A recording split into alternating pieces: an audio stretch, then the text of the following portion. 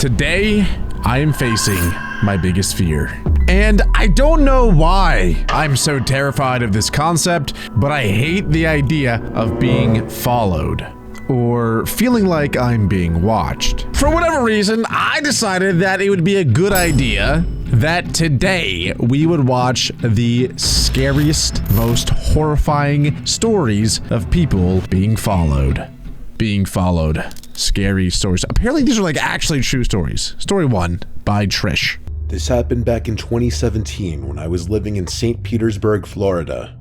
I've always been a homebody, so when my coworker Jenna, who is about 10 years younger than me, started relentlessly begging me to go out, I kept declining. She and another girl from work, Mira, were persistent though, and after weeks of asking, I finally gave in. I told Jenna I would join them for a night out the following weekend. As the weekend approached, Jenna came to my apartment. She wanted to leave her car there and have me drive, which immediately stressed me out. I had lived in St. Pete for 4 years, but since I rarely left my neighborhood, I knew nothing about local nightlife. The farthest I usually drove was 4 miles to the nearest Walmart. If I went any further, I'd be lost without my GPS. That evening, we got into my car and headed toward Mira's apartment. When we arrived, Mira wasn't quite ready, so we went inside and waited. Once she was ready, all 3 of us piled back into my car. Since I was driving, Jenna had to navigate. We eventually ended up at a busy club. We went inside, found a spot, and ordered some drinks. We hadn't been there long when Jenna said, "Hey, I'll be right back. I see someone I know." She then asked Mira to go with her.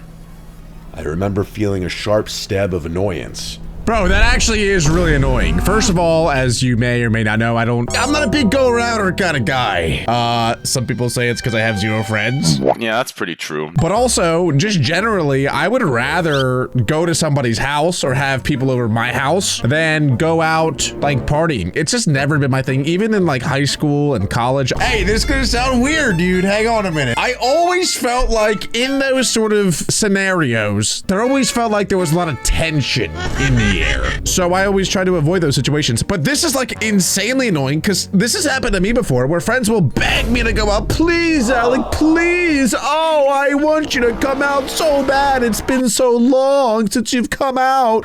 What the hell is even that? And I'd be like, yeah, dude, all right, fine. Let's freaking get lit. I go out and then they they don't even hang out with me. They go do their own thing. And I'm like, bro, what am I even here for? And then I would tend to leave early and then go play Fortnite. Anyway, that was a little bit of a rant, but my point is, I understand where she's coming from. That is annoying. L friends. To come out only to leave me alone moments later. But I waited. A few minutes later, Jenna and Mira returned, smiling.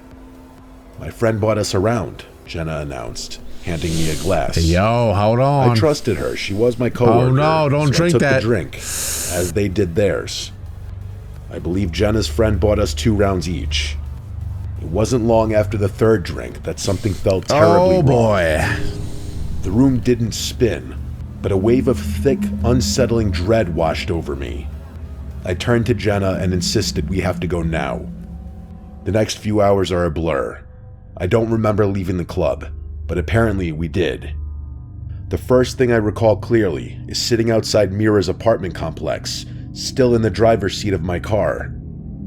I heard Jenna and Mira talking, and whatever they said, some combination of words I can't recall to this day, instantly triggered my fight or flight response. I didn't need to understand the words. My gut knew I was in danger. I slammed the car into drive and sped away. Whatever had been slipped into my drink was powerful. I wasn't a lightweight, and I'd only consumed 3 club drinks, which are often watered down. I was driving all over St. Pete, unable to focus, simply trying to figure out how to get home, but my mind was completely scrambled. At one point, I stopped at a red light. Suddenly, 2 figures appeared at my window, and then someone was pulling my car door open. I was in total shock. My car doors automatically locked the second I put the vehicle in gear. I still have no idea how they managed to open it. 2 strange men were actively pulling the door open, and the sight snapped me out of the mental fog just enough for me to hit the gas and flee the intersection. Wait, what happened to her friends though? Did she just ditch her friends? I don't even necessarily blame her if that's what she did. Also, I didn't realize what we were getting into in this video. This feels like we're one turn away from things getting real, real bad.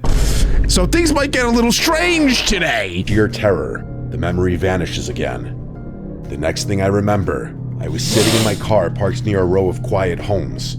This is kind of a side note though, but what if she gets pulled over by the cops? You know, like, are they gonna arrest her? And then would she be able to get out of that? Because like, her drink was spiked. It's not her fault that she's like in this mental state. So like, should she get in trouble for trying to drive away from the situation? I don't know. That's a weird situation. Blankly at my phone, trying desperately to figure out how to operate it. But the drug had made me so paranoid and confused that the simplest action felt impossible. I looked around, saw no one, and convinced myself I was safe for the moment. I reclined the seat and fell into a deep, drug-induced sleep. I woke up around 5 a.m. with the drug wearing off. All right. I was finally able to use my phone. I put on the GPS and drove straight home, collapsing into bed immediately. I woke up again around 11 a.m. to 20 missed calls, mostly from Jenna, but a few from a concerned friend. When I called Jenna back, she was frantic, demanding to know where I went. "What do you mean?" I retorted. "Your friend spiked my drink and I wasn't sticking around to find out what was going to happen next," I told her. Jenna then let slip a chilling line. "Well, the spiked drinks weren't meant for you." What? So her friend was in on it.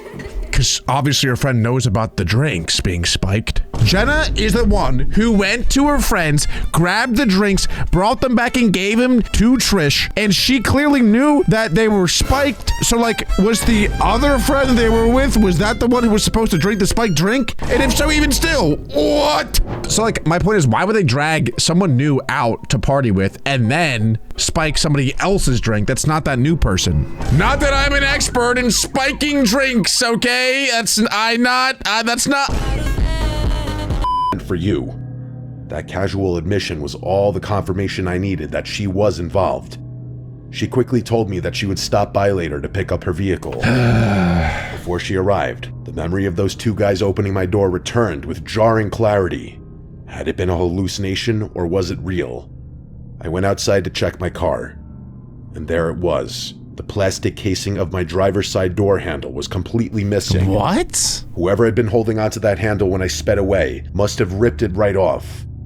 The physical damage confirmed that the terror I felt wasn't a delusion. Is it like the Hulk? Who is this man who just rips off a door handle no problem? There's no way you could hang on. Bro just stood there like, and then like the car speeds away and he just has the handle in his hand. What? This guy's Superman. Someone had tried to get into my car while I was drugged, driving alone, and vulnerable. I was furious that Jenna had put me in such a predicament. I never spoke to her again. The moral of this terrifying story is simple, and it's the only reason I'm still here. Always trust your instincts. Your gut feelings are always right. Hang on, how is that where it ends? I need to know more about Jenna. How are you not like reporting her to the authorities, or like who was the spike drink intended for? How do you not like need answers, or at least get justice for what happened? You know, tell the police, hey, this girl, she gave me a spike drink. I'm actually mad. Luckily though, there's still a couple more stories. Let's see if the next one's better. Anonymous, okay. This guy's freaking slick. I'm a teenager that lives in a lively coastal town in a small enough country. It's very popular among tourists during the summer, and Grace! Daddy, chill. becomes quiet during the other seasons. The main attraction of our town is the beach that stretches a few kilometers down to these sand dunes that are great for a scenic walk. The hills within are easy to get lost in, but at the same time easy to make your way out of, as if you walk a kilometer in any direction, you're sure to be back on the beach or on the path that leads back to a car park. The walk from this car park is around 15 to 20 minutes, provided you make good pace, so you're never truly isolated there. During the day, you'll always see families with young kids taking a stroll down there, or somebody walking the dog. My point here is that the dunes are known to be safe during the day, and if you get lost in them, you shouldn't panic. This story takes place a few weeks after school started back up, so town is quieter and the evenings grow darker. My friends and I are part of the local scout group. Our group is split into 4 groups, being Beavers for ages 5 to 8, Cubs for 9 to 12, Scouts for 12 to 15, and lastly, Ventures for ages 16 to 18. We meet every Thursday from 7 to 9 p.m., whether it be inside or outside, it depends on the time of year. On this night, it was the Scouts' first night back after the summer break, so as per the tradition, we meet at the car park by the walk to the sand dunes, and the Scouts would walk down to the sand dunes. I gotta say, it is really easy to get lost on big beaches. When I was like probably 11, my mom had a beach house and she was selling it. And I told her before she sold it that I wouldn't take one last walk on the beach before, you know, we're gone forever. I walk all the way down to the beach. I'm going all the way this way, then I go all the way down that way, and I have no idea how to get back home. Everywhere looks exactly the same when you're walking up and down the beach. My mom called the police. My brothers were all out looking for me. I ended up just knocking on some random person's house, and I was like, hey, I'm lost. Please help me. Thank the Lord. They were actually very nice people. So then the police came, and I was like, oh, hi, police. And they were like, what's up, little guy? You lost? And I was like, yeah, I want my mommy. It actually was pretty cool. Can't lie. Have the older Scouts hike up the biggest of the dunes, and then have the newer Scouts, the 12-year-olds, follow them so the older Scouts help the newer Scouts to reach the top. And when they do, they're officially considered Scouts. So the Scouts set off, while me and the other 8 Ventures stayed behind to practice our first aid for about 45 minutes. So this guy's 12 to 14. We did pretty well in that, and we decided we still had time to go to the dunes. The quicker walkers, including myself, reached the dunes first. The quicker walkers. The tide was fully in, so we weren't able to walk on the beach to the biggest dune, which was known as the Baldy Man, so we just walked through the other hills of the dunes. My friend and I, who I'll call Noah, were set on reaching the Scouts, who at this point had all made it to the top of the Baldy Man. We shouted back to our leader and the other Ventures what we were going to do, and another 2 people decided to join us, who I'll call Thomas and Ewan. The others were a good bit behind, so they went into pairs and split up in checkpoints so the 4 of the people going to see the Scouts were able to find our way back. So me, Noah, Thomas, and Ewan took off in the near pitch black dunes, tripping and falling all over the place, going up and down, hill after hill, while scraping our legs on the pointed grass and the occasional bramble. The moon illuminated the silhouette of the Scouts, and we were further away than we thought. We stopped to rest on a ridge where we looked back and saw another 2 Ventures looking towards us. We gave them a wave, and they returned it. I was closing my bottle of water, getting ready to run again, when Thomas shushed us all. He looked mildly concerned at first, but he seemed to shrug it off. We questioned him as to why he shushed us, to which he replied, "Did you hear that?" Nah, see, that's where I'm out. I'm out of there. In pitch black, like we're hearing noises out there. Yeah, nah, I think I'm just gonna go home. I'm cool being an adventurer. I don't need to be a scout. But I will say, being like lost and in sticky situations with your friends does make it a lot easier because, you know, you're with the boys. So Thomas said he thought he heard something rustling in the bushes, but we put it down to the wind, although it was a very still night. After another 10 minutes, we were on the last hill before we reached the Scouts, and we were exhausted, but we pushed through and made it up to them. We said hello to our friends and Scouts, welcomed the new Scouts, and decided we had to head back, as it was now basically pitch black out. And again, we had no torch. We tumbled down the big hill, catching our footing again on the sand, and we began making our way back to the Ventures we saw on the ridge. To be honest, I don't see like how this goes wrong because they're all together now. I don't know how many there are, like 6 or 7. I don't know. You know, they're up to 18 years old. So I don't know how this is gonna go wrong because there's no way like one dude out there is gonna be able to take them all on or whatever he's planning on doing. I don't know. But the idea of someone being out there with them, just like watching them, that is what freaks me out. Which is why in a lot of the horror videos that I watch, I'm constantly looking back and checking my door. Consciously, I know nobody's there, but subconsciously, it feels like somebody's there, and I hate that feeling. I got something wrong with me, really, truly. We ran up and down the hills again until we made out the outline of the ridge we saw the Ventures on. They were still there. We were relieved to see them there, even though we knew they would be. Finally, the 4 of us made it up to them. I'll call the 2 Cormac and Alice. Cormac is a big guy muscle-wise, and is known in school for his intelligence. He's about 6'3" and looks like he could beat up a bear in a fist fight. He's a moose. Alice is a quiet girl but very smart, both in school and in social situations. Even without a torch, I could see a look of panic on Cormac's face, along with Alice visibly shaking beside him. "What's wrong?" What do asked they know? Noah, speaking all our minds. Cormac looks me dead in the eyes and says, "Were you walking around on your own down there?" Pointing down to a clearing in the hills where people... bro. See, I just got the chills right there. See, nah, dude, I don't like that. Nah. Ooh, yeah, nah, I'm good, bro. Nah, I'm good, bro. I really like, there's something, I'm telling you, there's something wrong with me. The idea of that really freaks me out, man. As weird and strange as that situation is, I feel like everyone just stick together and we're gonna move together. What's the worst that could happen? I come to have a drink or a smoke. "No, I've been with the others the whole time. Why?" I replied, feeling my heart rate increase. I think all of us had the same realization at the same time. We could nearly feel each other's blood run cold.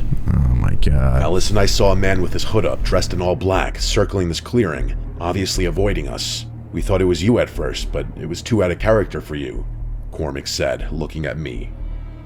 I was about to speak, but Cormac kept going. He said, "When we waved at you from the other ridge, we hadn't seen this guy yet, but the minute you were off of it, we saw what I assume is the same guy standing where you stood, looking in your direction." It hit me then, and I had a constant shiver running through me. I got the chills again. Thomas must have heard him moving around when we were up there. We were being followed. There's safety in numbers, so the 6 of us made our way down to the clearing where the man was spotted. We're good, bro. Everyone stay together. "Didn't even have a torch," said Alice in a shaky voice. Cormac and Alice rushed toward the scouts to warn their leaders about the situation, while the other 4 of us stayed back and kept watch in the clearing. Oh my god. Cormac and Alice... They're literally splitting up. They're literally splitting. There's no way we're splitting up. They just said there's safety in numbers. So what do? They split up. I thought, like, scouts are supposed to be smart. Alex came back quickly after warning the scouts. Oh, they're back already. Okay, maybe I take back what I said because they're there and now they're back already. That was quick. We were terrified that this man, dressed in all black without a torch, circling the place, and most scary of all, alone in the pitch black dunes, was going to jump out and attack.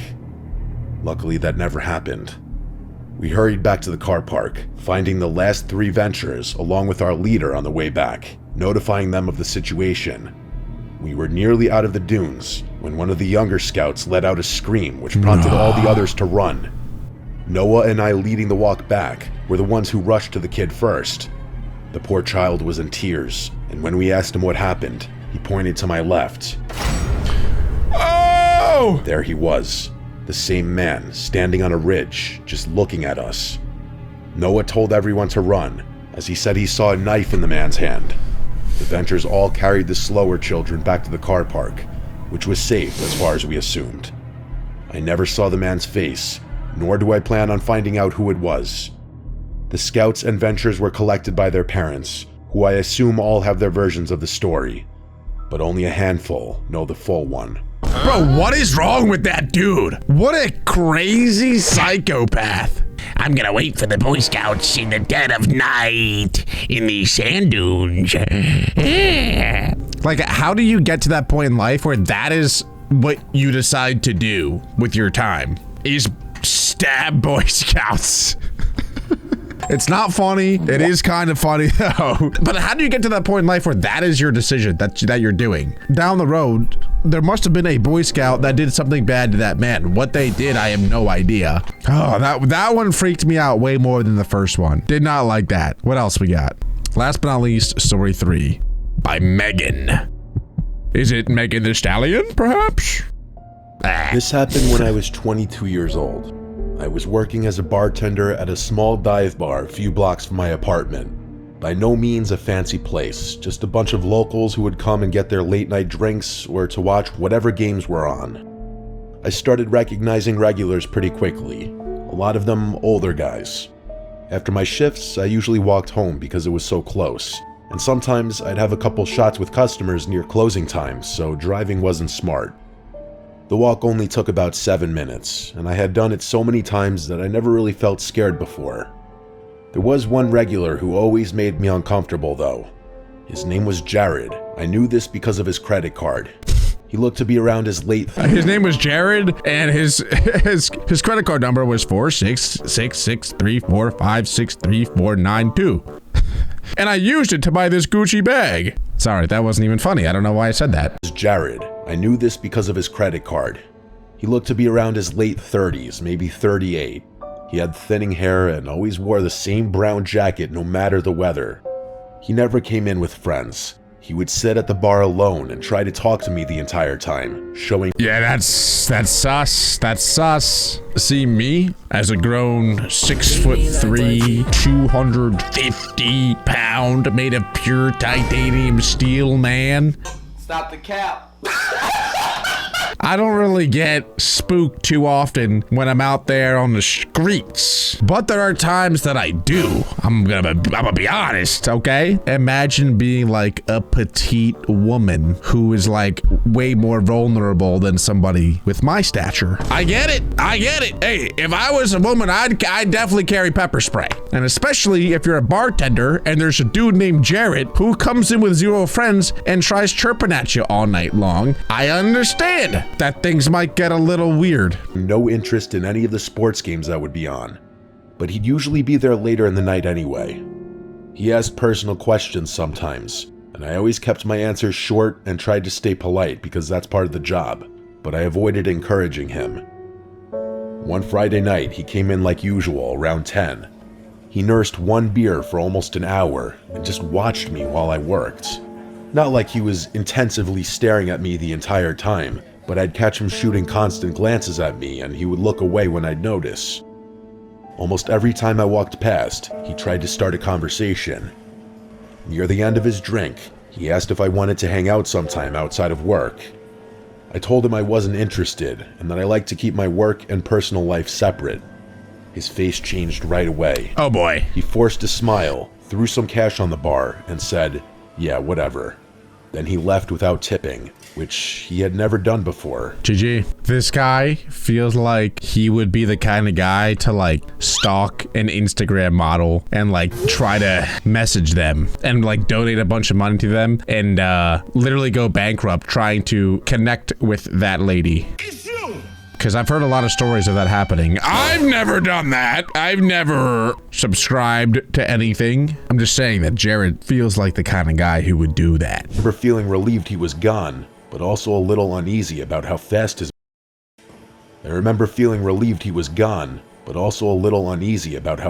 mood shifted.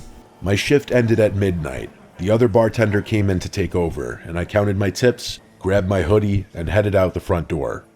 The street was quiet like it usually was that late. I had just turned onto the next block when I heard someone say my name. It made my stomach drop right away. I hate this. I turned and saw Jared, standing near a lamppost. I didn't even hear him walk up. Bro, like, what do you do in this situation? Like, actually. Oh my God, this is horrible. The fact that he waited for her shift to be over and like waited near her car is so creepy, bro. What do you even do? Turn and go back and like run back to the bar and ask like a guy or security there to escort you to your car or something. But at the same time, if you do that, then Jared's really gonna hate you and then he might try to, you know what I'm saying? And you don't want that. So it's like, okay, well maybe I should entertain this guy a little bit to make sure that he doesn't hate me so that he doesn't me. But then if I do that and I entertain him, then he might think that we're actually friends and then he's gonna want to talk to me even more. And it's like, ugh, what an awful situation this poor girl is in. I feel so bad for her. Jared, standing near a lamppost. I didn't even hear him walk up. He gave a small wave and started walking toward me. I stopped, but kept some distance. He apologized for storming out earlier. Okay, good said start. that he tends to just get nervous. I told him it was fine, but that I really needed to get home. He nodded and said, "I just wanted to ask one more time if I could get your Instagram or Snapchat or something. I promise I won't bother you." I told him I don't use social media. Good answer. He stared at me for a second, then smiled in a way that made me uncomfortable. He said, "That's weird, because I've seen you on Instagram at the bar before." My heart started pounding, because now he was directly confronting me. I had no idea how he knew that. I just said, "Please leave me alone," because at this point, he escalated things beyond comfort. He kept smiling and said, "Okay, have a good night." At least he was nice. All right. All right. Hang on. Like, hey, this guy's weird. This guy's a creep for sure. So far, though, he hasn't been insanely rude, in my opinion. Maybe he's just a little bit off. Let's hear him out. Let's hear him out. Walking again, trying to stay calm. After a few seconds, I thought I heard footsteps behind me. At first, I told myself I was being paranoid, but when I glanced back, I saw him walking the same direction, about half a block behind me. I sped up a little. He sped up too. I slowed down, and he slowed down. It felt like a sick game. I take back what I said about some him. NPC Guy's in a a video freak. game programmed to match my speed. I kept walking toward my apartment building, hoping maybe he would turn off somewhere, but he didn't. When I reached my building... See, this is where she made a mistake. She should have just walked in a giant circle back to the bar, because now Jared knows where she lives. Big mistake. Worst case scenario. Maybe he would turn off somewhere, but he didn't. When I reached my building, I crossed the street instead of going straight to the door. Oh, I stopped and turned around. good idea. He stopped too. He just stood there under a tree, Ew. mostly in shadow. I couldn't see his face clearly. What does she think that she's a T-Rex and can't see him if he doesn't move? Well, she turned and stares at him and he just freezes. If I don't move, then maybe she can't see me. This guy's an idiot. But I could still somehow tell he was smiling a little. Ew. I yelled, "Why are you following me? I don't want to have to call out for help." He didn't answer. He just stood there stiffly. I hate that. I Blurted hate out, that. "My boyfriend lives with me. I'm going inside to get him right now." That was a lie. I lived alone. I turned and hurried to the front door of my building. I hurried and punched in the code for the building. Oh, she actually is Door going into her. buzzed Oh and my unlocked god, for a bro. few seconds. Right as I pulled it open, I heard fast footsteps behind me. I looked back and saw Jared running toward the building. I ran inside and let the door slam shut behind me. I didn't wait to see if it latched fully. I just ran up the stairs to the second floor. My apartment was at the end of the hall. I could hear the main door downstairs push open aggressively, and then footsteps hitting the stairs hard and fast. He made it in. I fumbled with my keys at the door, almost dropping them. I could hear him getting closer, his shoes slamming against each step. I finally got the key in the lock and threw myself inside, slamming the door and locking it just as he reached the hallway. A second later, his whole body smashed into my door. The impact literally shook the whole door and wall. I screamed and backed away, grabbing my phone. Call the police, yeah? He hit the door again, harder this time, like he was trying to This break is it insane. down. Then I heard another door open in the hallway, and a man's voice yell, "What the hell are you doing?" The banging stopped. There was silence for a second, then footsteps quickly moving away. I looked through the peephole and saw my neighbor, an older guy who lived across from me. He was standing in the hall, looking confused and angry. Jared was already halfway down the stairs, not saying a word. My neighbor knocked gently and asked if I was okay. I opened the door a crack, shaking and crying. I told him everything while he stayed in the hallway with me. He said he had heard the banging and thought someone was trying to break in. That's exactly what Called happened. the police, and they came that night and took everything very seriously. I gave them Jared's name from his credit card at the bar, and the building owner pulled the camera footage that showed him running in after me. My boss gave them the bar footage too. The next day, an officer called me and told me they had identified him as Jared Perez, and that detectives were sending the case to the prosecutor. It would be treated as stalking and unlawful entry because he chased me into the building and tried to force my apartment door open. How horrifying is this, though, for this poor lady? Like, until this guy gets arrested, she is gonna feel so uncomfortable, regardless of whether or not, like, she sees Jared. Like, it's just gonna be in the back of her head, like, oh my god, if I walk outside, is he gonna be there? Is he watching me? Is he waiting for me? Is he down the like, what it? Like, that's probably my worst nightmare, is, like, knowing that somebody is stalking me, but not knowing, like, when or where or how or why. I hope that at least from now I'll know she carries pepper spray. Hearing those words made everything feel even more real, but also a slight bit reassuring. I went to the courthouse the next day and filed for a restraining order. I had to tell a judge everything that happened, and they looked at the police report and the security video. The judge approved a temporary restraining order right away, and police served him with it soon after. I was told the prosecutor was moving forward with charges related to him trying to break into my apartment. See, is he I gonna still get put worked in at the jail bar though? for a while after that, but I stopped walking home alone at night. There you go. At least she's learning from it. There is some silver lining in this experience, and she learned from it and is now walking home with somebody else so that she doesn't get hurt. So at the end of the day, it's actually a happy ending in a way. But what's not happy right now is me. This stuff really creeps me out. But if for whatever reason you guys enjoyed today's video, make sure to leave a like, hit that subscribe button, and click right here for more.